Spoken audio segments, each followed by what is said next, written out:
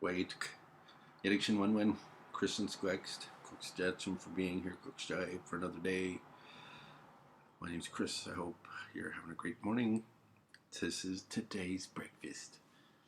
So far, I'm just having some tea. I really like chai tea. That was the last sip of it, damn it. This is my favorite new cup. I got this at the thrift store and it really gets my struggles of eating healthy. So, I'm gonna have breakfast later, but I wanted to talk about a few books because this is also a bit of a book review and talk like that. Talk like that. So, when I was younger, I spent a lot of time in the library, the local library, in my teens to stay away from trouble, gangs and bullshit like that. Oops, pardon my language. And so I'd hang out at the North Shore Library. There was little gangs back then, little thugs, and I'd get tired of the street, and so I'd go hang out at the library and read books, and just, they were fine with me. It was quiet. There was nobody ever there. They would be open late till 6 or sometimes 9, so I'd just go and read, and I'd have a snack, have my sandwich, and they didn't care. And they would come and support me at readings 20, 30 years later. They'd come to my readings. Oh, I'm so proud of you. It was pretty neat.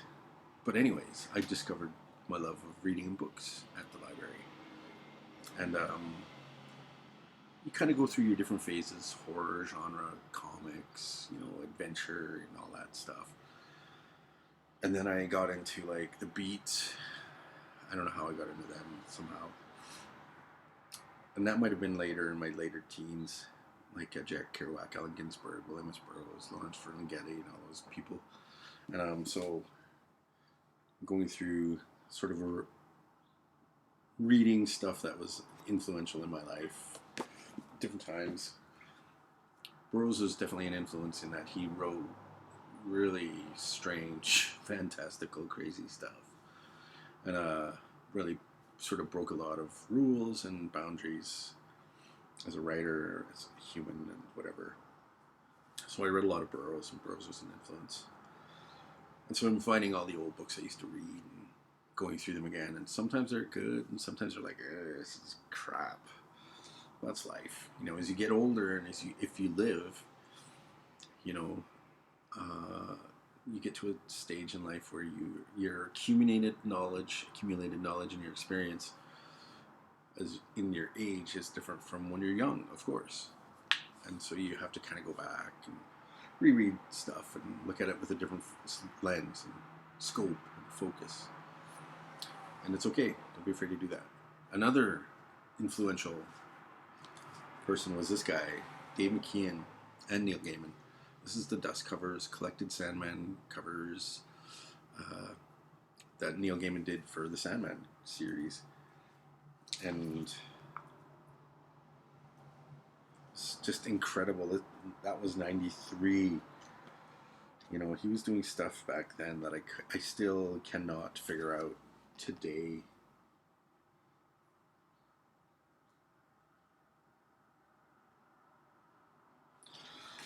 This book is... Dave McKean was the artist that I found exactly when I needed to find that artist. So he was doing digital art in the 90s, 94, that was 94. Look at this is 1994.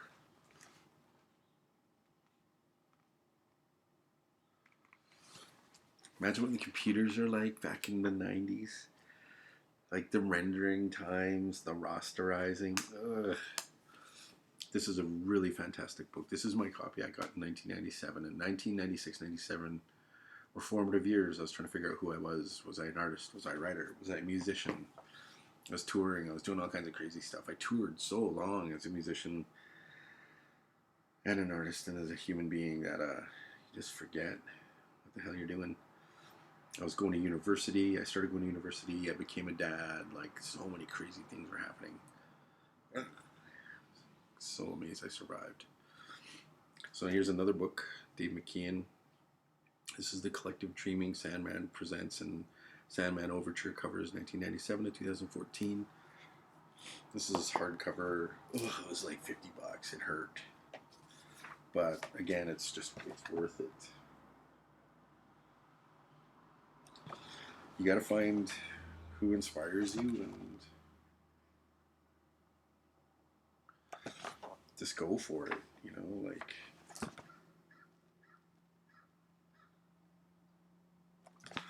Dave McKean was one of them, definitely.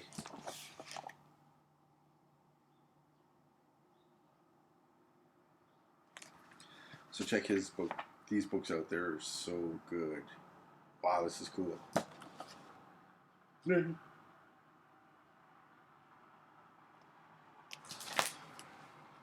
So if you can find that used online, do it. Go for it.